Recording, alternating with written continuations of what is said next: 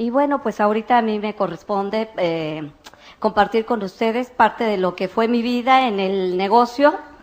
A mí lo que más risa me da es que todo el mundo piensa que mi hija sigue igual de pequeñita. Todo el mundo me pregunta, ¿y tu niña? No, pues ya cuál niña. Es altísima, bendito sea Dios, se mejoró la raza. Sí, no salió igual que yo. Bueno, sí es delgada, pero mide 1,68, bueno, estuvo mejor, ¿no? Ella vive actualmente en Montreal. Todo el mundo piensa que hice un gran sacrificio al dejarla un tiempo, pero si tú ves hacia atrás, cualquier sacrificio que hagas por tus hijos es pequeñito. Yo creo que nunca me voy a arrepentir de lo que he hecho. Este negocio me ha dado la oportunidad de forjar un destino mejor para mi hija. Ella actualmente pues tiene el estilo de vida que todos los padres queremos. Ella está estudiando ahorita en la Universidad de Concordia, en Montreal. Tiene 4 años y medio viviendo allá. Y ella se ha vuelto muy independiente. Me heredó, me duplicó. Es una persona con un carácter muy definido, autosuficiente, sabe hacia dónde va. Y platicando con ella el otro día me decía, mamá, es que yo me visualizo como una empresaria de gran éxito. Fíjate lo que hacemos. Cuando nosotros nos integramos al sistema y empezamos a vivir día con día la realización o la lucha de nuestros sueños, nuestros hijos empiezan a heredar eso. Y yo creo que es la mejor herencia que les podemos dar. El enseñarles que a un sueño no se renuncia, sino que por un sueño se lucha. Cueste lo que cueste. ¿Por qué? Porque en el sueño encontramos nuestra realización.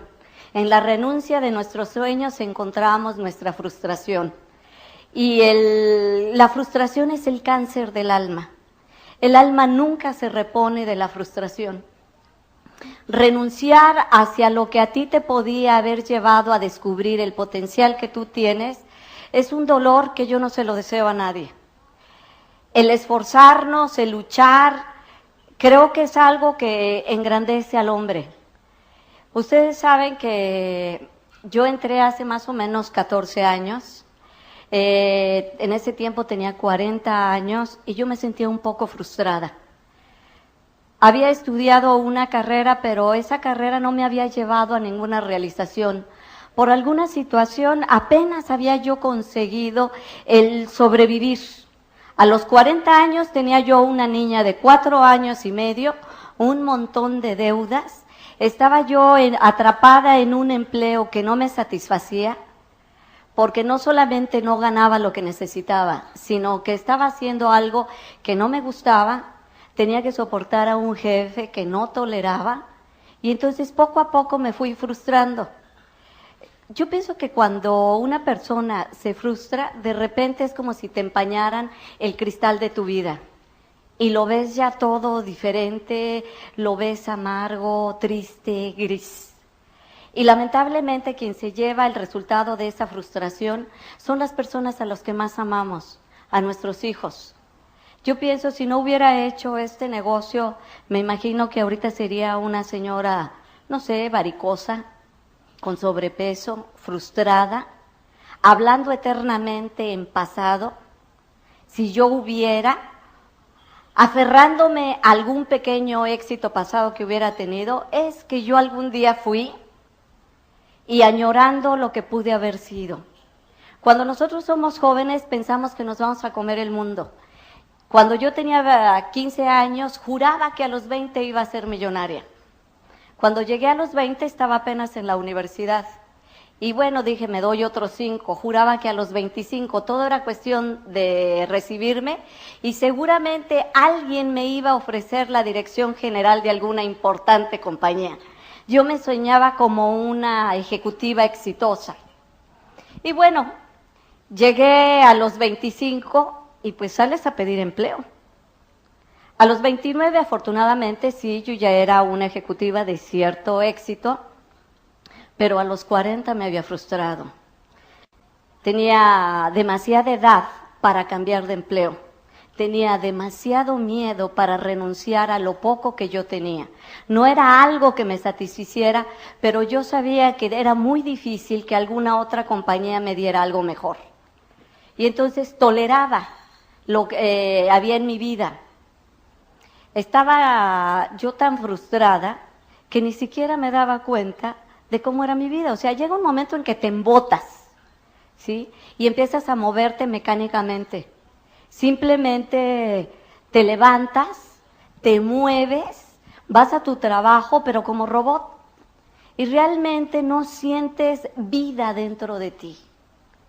Es un día tras otro día, tras otro día, y todo es igual. La misma problemática, las mismas preocupaciones. Yo me sentía dentro de un enorme agujero negro y yo no le veía la salida. Mi hija, vivíamos entonces con mi mamá, porque me había divorciado yo, me divorcié cuando ella tenía 1 año y medio, y me fui a vivir a la casa de mi mamá por la única razón de que no tenía para pagar una renta. Entonces vivía a 45 minutos de la Ciudad de México. Realmente sin tráfico serían 30 minutos, con tráfico es más de 1 hora y media. ¿Sí? Mi mamá vivía en un suburbio de clase media-baja, en Ojo de Agua, y allá me fui a vivir yo con ella. Tenía un cochecito de medio uso, no muy bueno, al que yo cuidaba, igual que muchos cuidan su auto, y lo cuidaba más que mi propio cuerpo. ¿Por qué? Porque era mi único capital, y era lo único con lo que tenía yo para moverme. Entonces, todos los días, para que el coche no se calentara por el exceso de tráfico, me levantaba a las 5 de la mañana para salir a las 5:30 máximo de mi casa y que no me agarrara el tráfico. Y todos los días regresaba yo a las 11 de la noche, porque a esa hora tampoco había tráfico de regreso. El problema de tener un cochecito que no es muy bueno es que ustedes saben que si se calienta, pues se puede detener, ¿no? No, hombre, líbrame Dios. Se para y me pongo a llorar sobre un chayote, porque no sé absolutamente nada de mecánica. Aunque en la facultad tomé una materia que se llama máquinas de combustión interna, y que se supone que uno sabe cómo se manejan los motores, de qué se componen y cómo se arreglan, yo no sé cómo la pasé. Me lo he de haber aprendido de memoria, lo recité y saliendo del examen se me olvidó. Sí, porque yo hasta la fecha compro un coche por el color. O sea, por la máquina ni la entiendo, pues si prende está bien, ¿no? Y si te combina, pues tú dices, me lo llevo. Así es como las mujeres compramos un automóvil. Entonces yo tenía ese cochecito y lo cuidaba muchísimo. Pero el cuidar a mi coche me llevó a olvidar a mi hija. Cuando yo me iba, la niña estaba dormida. Y cuando yo regresaba, la niña estaba dormida. Entonces, llevaba yo viviendo más o menos 3 años igual. La niña crecía, mi mamá la cuidaba, pero yo tenía poco contacto con ella. Los fines de semana que tenía tiempo para convivir con ella, normalmente, pues el sábado lo dedicaba a limpiar la casa, a planchar la ropa, a arreglar las cosas de ella y a arreglar mis cosas. Y el domingo estaba muerta. Lo único que yo quería era olvidarme, descansar. Yo no sé a cuántos les pase eso, pero yo recuerdo que la niña se me acercaba y quería jugar, y por supuesto que la mandaba o a ver la televisión o a jugar con alguno de sus primos. Me acuerdo que una vez ella me vio sin hacer nada, y entonces se acercó y me pidió que jugara con ella. Y entonces le dije, no, nena, estoy ocupada. Y con la ingenuidad y el candor de un niño me dijo, pero si no estás haciendo nada, mami. Le dije, ¿cómo no? Estoy pensando. Y realmente estaba pensando, ¿en qué piensa uno? Uno se ensimisma. Fíjate lo que es la palabra, ensimismar. Te metes en ti mismo. Y cuando uno se ensimisma, normalmente entras en ti mismo para practicar algo que nos encanta, la autocompasión. Entonces yo estaba ensimismada pensando en cómo la vida se había portado tan mal conmigo. Yo tenía que trabajar, tenía una hija que cuidar, no tenía un empleo que me satisficiera, no tenía un carro que me sirviera y no tenía ni siquiera una casa mía. Entonces me metía en mí a relamerme las heridas y autocompadecerme. Las personas lo hacemos pues porque no nos han enseñado otra cosa, porque hemos visto que los demás lo hacen. Cuando yo me reunía con alguna de mis amigas, pues hacíamos todas lo mismo. Cada una voltea sobre la mesa su mochila, ¿no es cierto? Y cada una saca su propia porquería. Al final de la reunión de las amigas, no nos damos cuenta de que está revuelta toda la porquería en la mesa y cada quien toma los trozos de la otra, vuelve a llenar su mochila y nos vamos. Porque todos compartimos, todos nuestros negativos.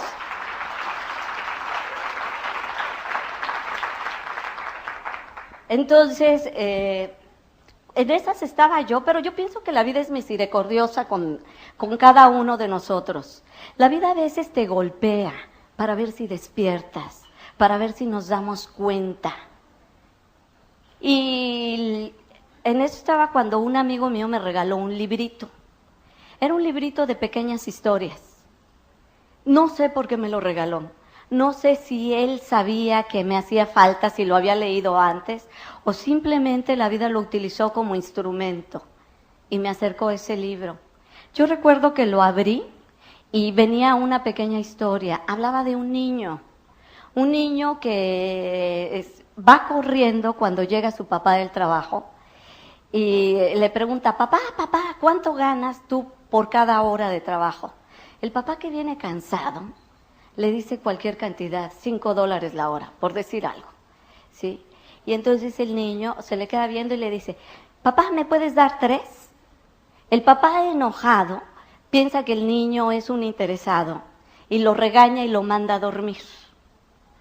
El niño, apesadumbrado, porque es un niño muy pequeño, de 4 o 5 años, se va a su recámara sin decir nada. Y el papá al rato se queda pensando, si esos $3 a lo mejor no son algo importante para el niño y que finalmente pues para él, pues ¿qué más da? Entonces se arrepiente, como nos arrepentimos todos los papás después de que ya la regamos, ¿no? Se arrepiente, va a buscar al niño, lo encuentra dormidito, lo despierta, saca los $3 y le dice, ofreciéndole los $3, le pregunta, ¿para qué quieres este dinero? El niño, sin contestar, levanta la almohada, saca otros $2 y le dice, papá, te compro 1 hora de tu tiempo. A mí esa historia, bueno, me partió el corazón, porque de repente me di cuenta que yo llevaba 3 años sin darle 1 hora completa a mi hija. Estaba yo demasiado ocupada en proveer. Y creo que todos los padres se nos va la vida haciendo eso. Nos preocupamos mucho por conseguir dinero y creemos que llevando el sustento a nuestra casa ya cumplimos. La tragedia es cuando los hijos crecen y nos reprochan la ausencia que tuvieron de nosotros. Y uno queda en un conflicto enorme porque siente que es una ingratitud por parte del hijo el reclamo.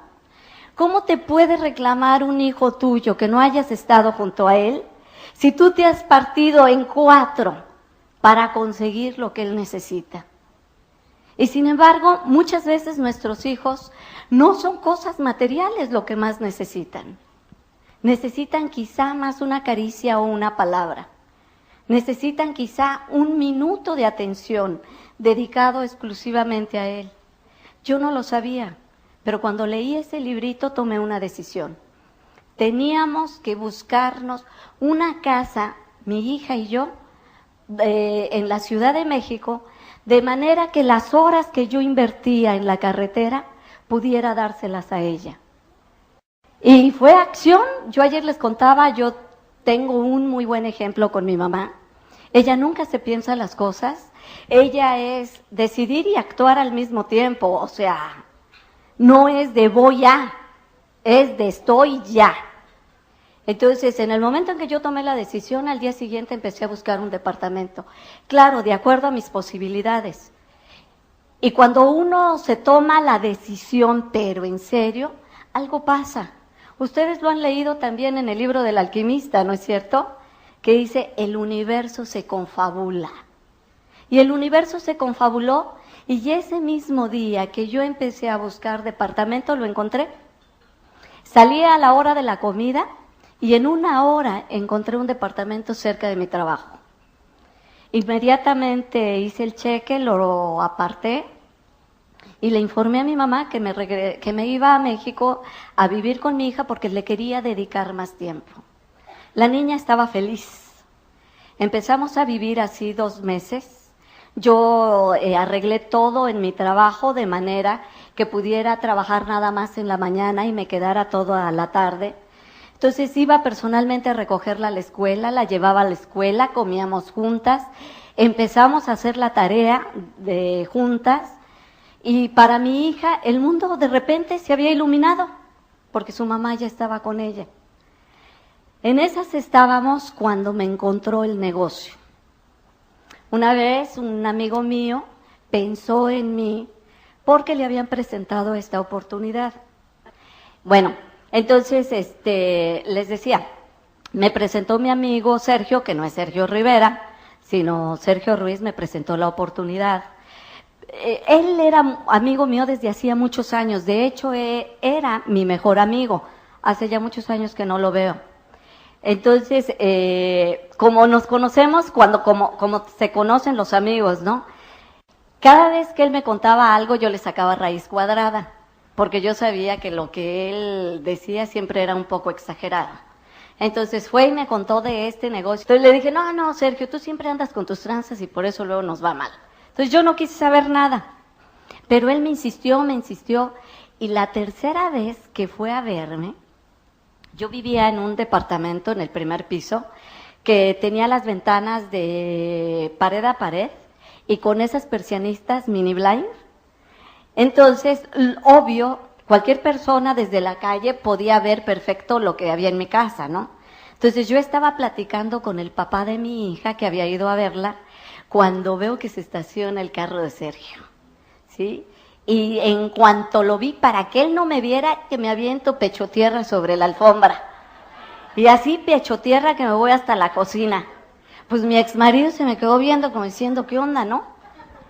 Y entonces me sigue hasta la cocina y me dice, ¿qué le debes?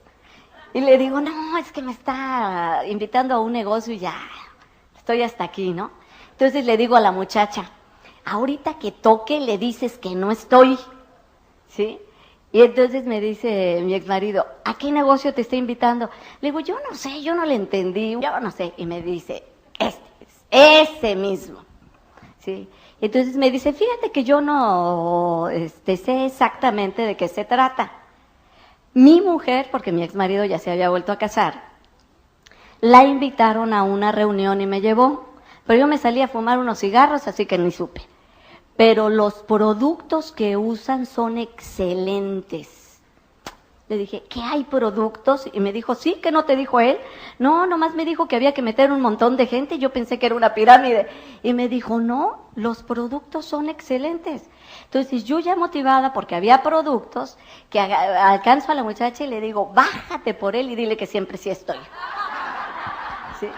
Entonces ya bajó, Sergio ya subió. Y entonces, pero él ya llevaba otra estrategia. Ya había hablado con el directo de su red. Y entonces me dijo, mira, yo no te vengo a decir ya que entres al negocio. Lo único que quiero es que me acompañes para que me digas si esto funciona o no funciona. Porque como tú sabes de mercadotecnia, yo quiero saber si le invierto tiempo o no le invierto. Entonces le digo, pues pídete la información, tráemela, yo la estudio y te cuento. Y me dijo, no, es que sí tienen allí unos como libritos, pero cada vez que yo me acerco los esconden. Le digo, no, hombre, Sergio, eso es un fraude, entonces, pues, ¿cómo que no te quieren dar información? Sí, yo no sé qué pasa, cada vez que yo me acerco, pum, guardan lo que tienen. Y entonces me dio mucho coraje, ¿no? Entonces le dije, ok, ven por mí. Pero fíjate, ¿cómo iba yo? Yo tenía la costumbre de dormirme con pants. Esas eran mis pijamas, ¿Por qué? Porque cuando te levantan nunca saben si te acabas de levantar o vienes de correr, ¿no? Y entonces, me puse yo mi pijama, tenía un pants y me puse un suéter largote para que se medio ocultara, ¿sí? Y así me fui con esas fachas al Open. Yo no sé ni cómo nos dejaron entrar, ¿sí? Me fui con esas fachas y entonces ya alguien presentó el plan, pero yo le había dicho a Sergio, 1 hora, porque él me dijo, le dije, ¿cuánto tarda? Y me dijo, 1 hora. Ok, llegamos a las 8, a las 9 yo me salgo. Y que se extiende el que está presentando el plan. A las 9 yo vi, hora de irse, vámonos. Entonces, Sergio me dejó ir. Yo dije, me tengo que regresar en camión, ¿no? Pero la directo de él me alcanzó y me llevó el portafolio con toda la información que venía en el kit. Y entonces me dijo, disculpa, pero es que Sergio me dijo que tú eres una persona muy ocupada, que no te podías quedar, entonces te reuní esta información para que la analices. No, hombre, yo me fui, pero súper feliz. Me habían levantado mi sentido de la importancia personal hasta el cielo. Al Sergio no le habían querido dar nunca nada. Y a mí me daban todo el portafolio del kit. ¿Sí? Entonces, ¿cómo me fui? Nunca me enteré que había sistema. Pero yo llegué y empecé a revisar. A mí me interesó lo que escuché, pero no lo comprendí todo totalmente. A mí lo que me intrigaba era de dónde salía el dinero. Yo nada más quería tener claro de dónde salía el dinero. ¿Por qué quería tener claro eso? Porque yo no quería meterme en un negocio fraudulento que se pareciera a las pirámides. Entonces yo revisé todos los libritos, pero pues ni le entendí. Y entonces, me acuerdo, una parte de mí, mi corazón me decía que eso era bueno, pero mi mente me decía, ¿y si te vuelves a embrollar en otro rollo? Entonces yo me acuerdo que yo le pedí a Dios, yo no sé ustedes, yo soy sumamente creyente. Cuando yo no puedo solucionar algo, le pido a Dios que me eche la mano. Y que me ilumine las neuronas que sirven, pues para entender, ¿no? Y entonces, me acuerdo que yo me dormí pidiéndole a Dios 3 señales. Le dije, Dios mío, si esto es para mí, dame 3 señales para que yo empiece a hacerlo. Porque yo llevaba meses de pedirle a Él, ponme algo. Porque el dinero no solo no me alcanzaba, sino que yo estaba harta de hacer el trabajo que estaba haciendo. Mi jefe tenía la costumbre de jinetearse la lana de los clientes. Y luego me obligaba a mí a mentir, cosa que además nunca hice. Entonces venía siempre el pleito y el reclamo. Él me decía, no, es que no te pones la camiseta, que no sé qué más. No, pues si ponerse la camiseta era mentirle a un cliente de, ya me mandaron a hacer mis muebles. Y yo, pues la verdad le decía, no hombre, para nada. Y entonces, ya sabes, pues le hablaban a él y se lo ponían, ¿no? Y yo le había pedido a Dios, Dios mío, ponme algo. Debe de existir un empleo en el que no tengas que mentir para ganarte, pues, la papa. Y entonces a mí me latía que esto era bueno. Y yo me acuerdo que me dormí bien tarde y a las 5 de la mañana, pum, vale que me despierto. Acababa de ver claritito de dónde venía el dinero. Yo había trabajado anteriormente en publicidad. Había sido directora de ventas de directora de proyectos especiales de una de las agencias más importantes de México. Y yo sabía que las compañías dedican cuando menos 30% del total de sus utilidades a reinvertir en publicidad y distribución. Entonces de repente lo vi, claro, ellos nos pagan porque nosotros somos los publicistas y los distribuidores. Cuando entendí eso, no, hombre, que me vuelvo a poner mi suéterzote y que me salgo, porque yo no tenía teléfono en mi casa, y que me voy a buscar a Sergio, le hablé por teléfono, y que le digo, Sergio, ya entendí de dónde sale el dinero. Y Arre me dice, ¿todavía estás revisando todo? No, pero ya lo entendí. Y entonces él me dice, ok, ¿qué te parece si lo hablamos a las 10 de la mañana? Pues es que yo estaba tan nerviosa que a mí ni me importó salir a esa hora a buscar un teléfono y despertar pues al que me había invitado, ¿no? Entonces, yo tenía que hacer un viaje a Estados Unidos. Tenía que ir a Oregon precisamente por cuestiones de trabajo. Entonces, me acuerdo que vi a una persona que es amiga mía, es americano, pero él habla español muy bien. Entonces, le comenté sobre lo que estaba pasando en México. Y entonces él, me acuerdo que Andrew, muy sorprendido, me dijo, ¿está la corporación en México? Sí. Cuando yo escuché eso, yo dije, es la segunda señal. Porque Andrew tenía toda mi confianza. Y si él me estaba diciendo que sus amigos, él es psiquiatra de niños, me dijo, mira, yo no lo hago porque yo tengo una profesión que me absorbe. Yo en tu lugar lo consideraría. Para mí esa fue la segunda señal. Un segundo.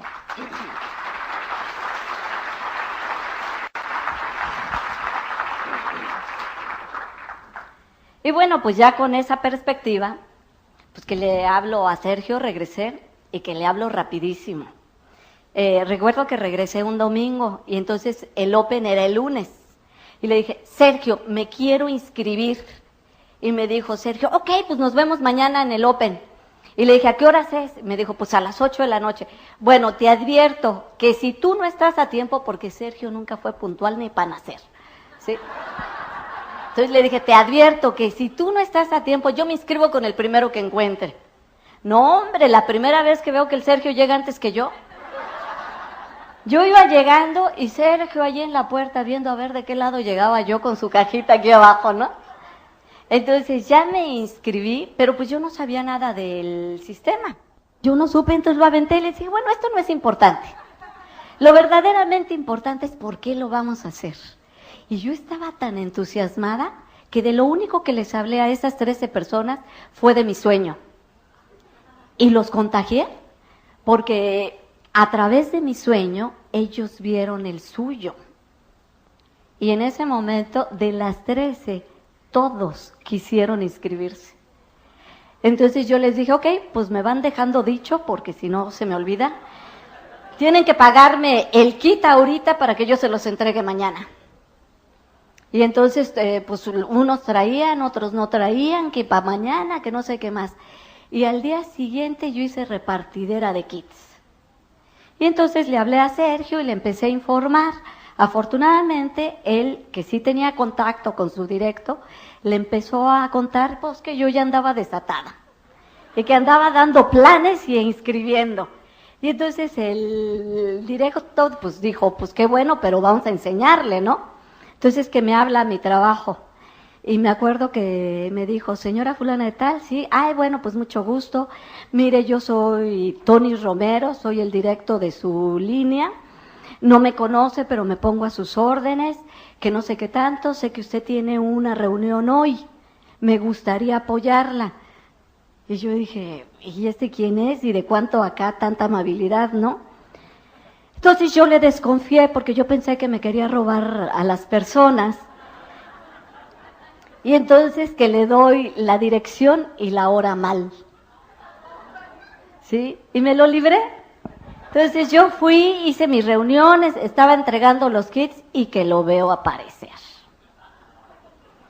Entonces él se fue, se puso enfrente del pizarrón y dijo, buenas noches, yo soy fulano de tal, soy el directo de la señora y estoy aquí por una amable invitación de ella. Y entonces dijo, y me invitó para aclararles, para comentarles unas cuantas cositas. Y que se arranca hablando del sistema. Y entonces, como yo no tenía idea de eso, le digo, espérate.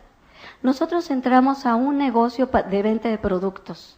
Si tú quieres vender tus cassettes, hazlo en otro lado. ¿Sí? Porque yo pensé que era negocito de él. Y entonces él se me quedaba viendo como diciendo, Dios proteja la ignorancia, ¿no? Y empezamos a discutir delante de las 13 personas y todos nomás viendo. Entonces al final, él me dijo, yo no puedo creer que exista una persona tan humilde que no pueda enseñarle a otro, ni tan soberbia que no acepte aprender de otros. Yo dije, la torre, ¿sí? Me está poniendo en evidencia con los que yo conozco. Yo dije, la humilde Consuelo, no, pues. Entonces me lo da y yo empecé a escucharlos en mi casa. El primero era de un cubano que a mí me pareció que era Nananina y Tres Patines. Yo dije, ¿qué hacen Nananina y Tres Patines aquí, no? Finalmente no me gustó y lo quité. Y luego el segundo era Nananina y Tres Patines 2. Y entonces yo dije, no, pues si así están todos, espérate, yo no quiero. Por fin dije, el último que escucho, el último me salvó la vida. Era un puertorriqueño que le entendía yo ya más, porque a los otros dos cubanos que no hablaban bien español, yo no les entendía. Al puertorriqueño le entendí muy bien, pero sobre todo porque él sí hablaba con sabiduría. Él tenía como cierta profundidad que se identificaba conmigo. Dije, no hombre, este sí habla bonito. Lo volví a poner. Y entonces él mandaba un reto. Él decía, haz el negocio por 1 año, pero hazlo igualito, igualito, igualito a como te dice tu línea de auspicio, sin cambiar nada. Si en 1 año no te resulta, déjalo. Pero si te resulta, continúa hasta diamante. Entonces yo tomé el reto de Iván Morales.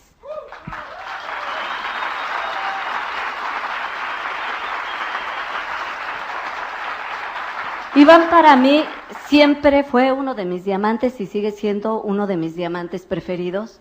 Es de la línea dura, él golpea, él no te dice las cosas con azúcar, te las dice directitas. Y fue uno de los diamantes más exitosos en este negocio y gracias a él yo me integré al sistema. Le pedí a Tony, dales cassettes a todos, pero quítales los de Nananina y Tres Patines. Sí, y me decía, no, Consuelo, porque los cassettes que a ti no te gustan, a otro lo van a motivar. ¿Sí? A ti estos no te gustaron, pero hay muchas personas que han entrado por esos cassettes. Y yo empecé a hacer el negocio tal cual me lo decía el sistema, tal cual Tony me iba dirigiendo. Tony me convenció a ir a mi primer seminario, lo cual le doy las muchas gracias. Por supuesto, yo fui más que nada por no perder ¿cuántos nos costaban? Creo que $5 la entrada al seminario. Entonces, el día domingo me daba mucha flojera levantarme, llevar a la niña, que la cuidaran, bla, bla, bla, bla, bla. Pero ya había gastado mis 50 pesotes, entonces yo dije, no, ni más, como sea, pues vámonos, ¿no? Entonces fui al seminario y la pareja que dio el seminario fue tan buena que logró convencerme ir a la convención, ¿sí? Entonces voy a la convención, pasa el viernes y yo no vi el compromiso. Pasa el sábado, no hombre, me le enfieré a Tony, porque faltaba nada más un orador, que era Bill Childers, el que iba a cerrar la convención. Un aplauso para nuestro offline. Híjole.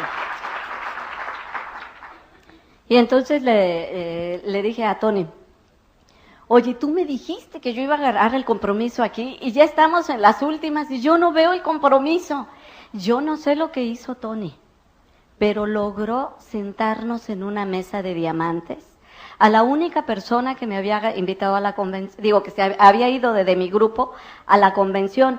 Y eso fue porque yo no la invité, sino se pegó. Ella escuchó cuando Tony me estaba promoviendo la convención a mí. Y entonces ella me dijo, oye, Lindita, ¿yo puedo ir? Y yo le dije, pues si quieres. Esa fue mi promoción. Y entonces se fue. Ella fue mi primera esmeralda. Por eso es que nunca hay que perder la oportunidad de llevar a las personas a las convenciones, porque ahí es donde se hornean. Todos somos una promesa, pero en una convención la promesa puede cambiar a una certeza.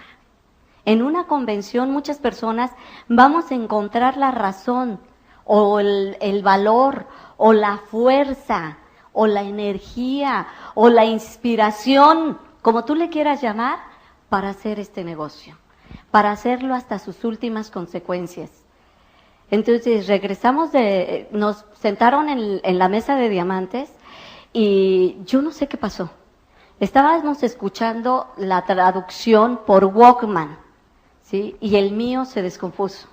Entonces me aventé a Childers a capela.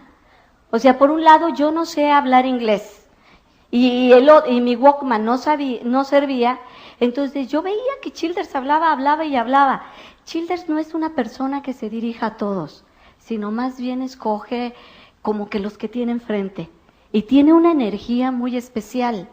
Entonces, mientras él hablaba, yo me sentía entusiasmada. Y de repente él hace algo que, claro, para mí fue el mejor argumento.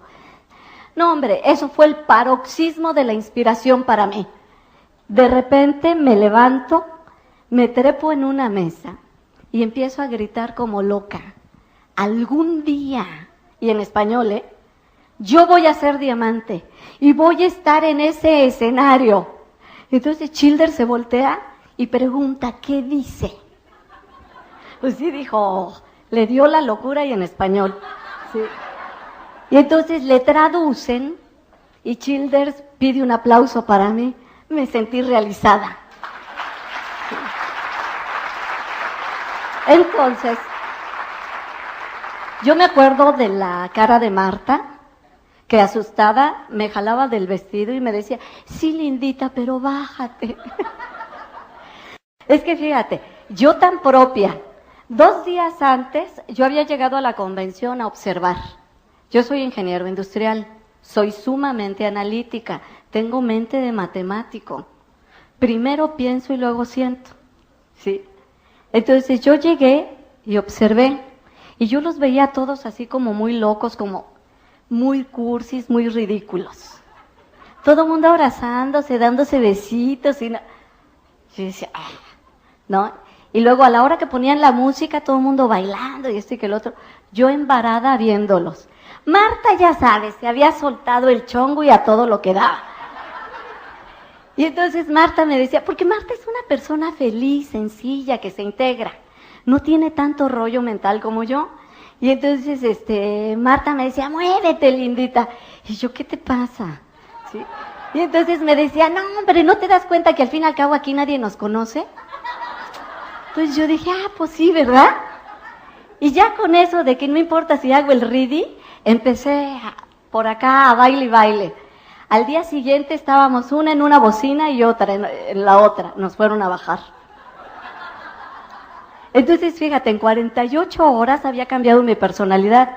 De ser una persona totalmente inhibida,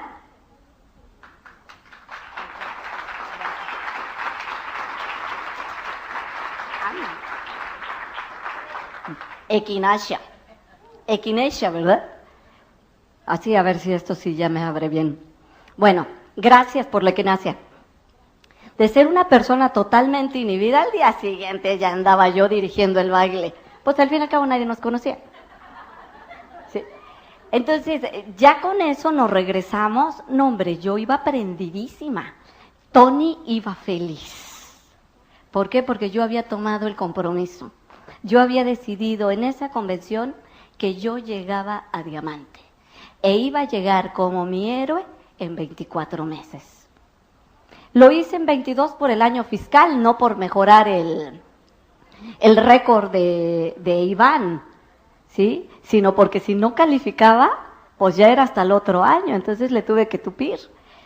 Tomé varias decisiones que no les digo yo que hagan, simplemente yo vi la situación así en mi vida y yo me conozco, yo soy una persona que trabaja muy bien bajo presión, si no tengo presión no me muevo. Pero si yo siento la presión, no sé, es como si se hiciera la calma. Yo en los momentos más cruciales, yo no me desespero. A mí me entra una paz y una seguridad que puedo trabajar mucho mejor así. Entonces hice cosas que no tenía que hacer, que a lo mejor no le funcionan a todos, pero que a mí me funcionan muy bien. Llegué y renuncié a mi empleo. Segunda cosa, hice la maletita de mi hija y se la llevé a mi mamá. Y yo le dije a mi mamá, cuídala y dame 2 años. Dame 2 años porque yo me voy a hacer diamante, mamá. Mi mamá no entendía. Había vendido mi coche, había renunciado a mi empleo y ahora le regresaba a mi hija. Decía, ¿quién sabe qué tiene? Luego me confesó que aceptó cuidar a la niña porque dijo, pues lo que tenga, a ver si no se le pega a la niña, ¿no? Digo, mejor que me la deje aquí. No te voy a decir que fue fácil. Mi hijita estaba chiquita, tenía 4 añitos. Ella no entendía por qué después de que estábamos viviendo juntas, la regresaba yo ahora con su abuelita. Yo le explicaba que teníamos sueños, yo la puse a hacer conmigo su collage, y yo creo de verdad que los sueños que tú recortas y visualizas se cumplen. Porque Fernanda recortó una foto de Lupita D'Alessio con un micrófono. Lupita en ese tiempo se peinaba como yo, no yo como Lupita, ella como yo. ¿Sí? Entonces, ella está hablando y yo le decía, pero ¿por qué, nena? Y yo por más que quería quitar a la Lupita de los sueños de mi hija, ella se aferró y sí, mamá. Tengo una fotografía años después, hablando yo en una convención, que estoy tomando el micrófono que parece que estoy cantando. Y tengo un ángulo en donde se me ve más el cabello que la cara. Y veo la fotografía que recortó Fernanda y es igual. Fíjate, ella me visualizó con un micrófono y yo ni idea tenía que después eso sucedería, pero dando una conferencia. Nunca cantando, no hombre, si salen todos y empiezo a cantar. Yo canto tan bien que me utilizan para fumigar, nomás echar. Entonces, yo empecé a ver a mi hija nada más los fines de semana. Pero fue muy bueno porque entonces aprendí a darle tiempo de calidad. Antes, aunque vivíamos juntas, yo realmente no le hacía caso. Como después de que entré al negocio, nada más la iba a ver los domingos, entonces todo desaparecía para mí y lo único que existía era ella. No le hacía caso a mis hermanos que iban a comer con mi mamá, no le hacía caso a mi mamá y solamente éramos la niña y yo. Ahí aprendí a ponerle atención a mi hija, cosa que fortaleció mucho su autoestima. Jamás volví a atender a una persona que me hablara callando a la niña. Callo primero a la otra persona y le pido, ¿sabes qué? Discúlpame, ¿qué me decías, nena? Eso le empezó a dar mucha seguridad a ella. Yo ahora la que la veo hecha una mujer, me da mucho gusto, porque la veo una mujer autosuficiente, segura de sí misma, aceptando el mundo que tiene, sin miedo, dispuesta a enfrentarse a lo que venga, y eso solamente lo tiene un niño que ha tenido atención por parte de sus padres, que no se sabe rechazado.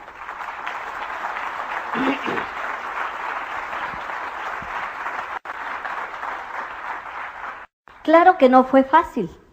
Mentiría yo si te dijera que fue sumamente fácil y que no nos dolió a ninguna de las dos. Una de las cosas que más me dolía, por ejemplo, era que ella me preguntara ¿cuándo vamos a volver a vivir juntas, mamá? Mi respuesta siempre fue la misma: cuando tu mamá sea diamante. Ella, yo no sé lo que entendería cada vez que le decía eso, pero lo aceptaba como respuesta. Para ella, el que yo llegara a ser diamante era el momento en que íbamos a volver a estar juntas. Muchas veces la familia nos lastima queriéndonos ayudar. Yo entiendo que es más que nada porque nos quieren, ¿sí? Pero, por ejemplo, yo tengo una hermana que nos lastimó mucho a las dos, porque me quiere mucho y porque tenía miedo de lo que yo estaba haciendo. Ella no podía entender cómo había renunciado a mi carrera, cómo había renunciado a mi empleo, cómo había vendido mi coche, por qué había llevado a mi hija a la casa de mi mamá.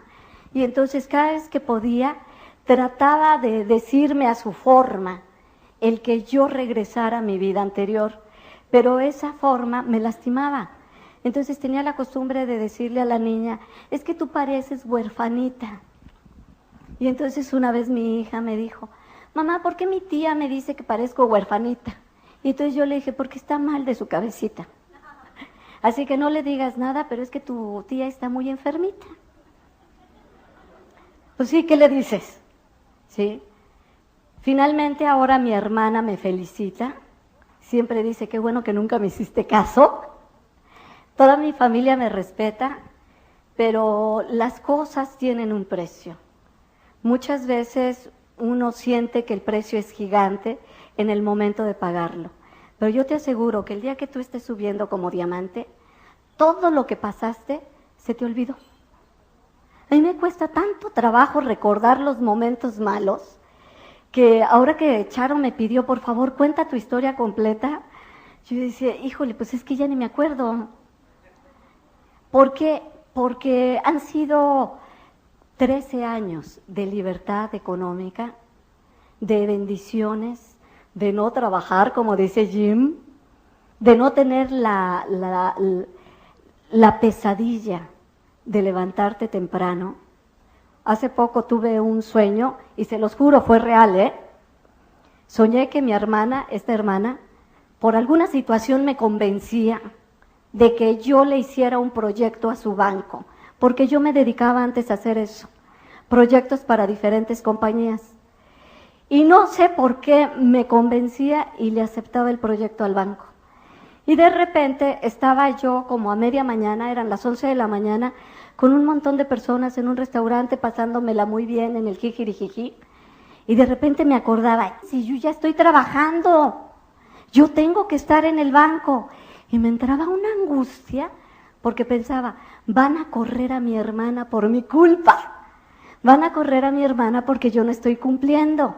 Y entonces empezaba yo desaforadamente a querer llegar al banco y pasaban un montón de cosas y no podía llegar. Tenía tal angustia que me desperté. Yo dije, ay, bendito sea Dios, solo fue un sueño, yo ya no trabajo. El día que tú no trabajes,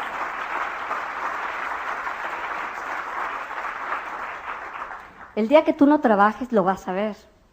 Es una bendición no estar dependiendo ya ni de un empleo ni de un sueldo. Cuando yo llegué a Diamante quise darme el mayor de los premios. Así que lo preparé todo para que ese día mi hija y yo volviéramos a vivir juntas. Conseguí una casa como nunca la habíamos tenido, una casa gigante. Se la enseñé antes de que yo la empezara a preparar para que nos mudáramos. Y preparé que el día justo, un día después de que terminara la convención, o sea, el domingo, mi hija y yo íbamos a entrar a esa casa para ya no separarnos. Entonces, mi mamá se trajo a la niña, se trajo sus cositas, pero ella se negó a entrar hasta que yo llegara.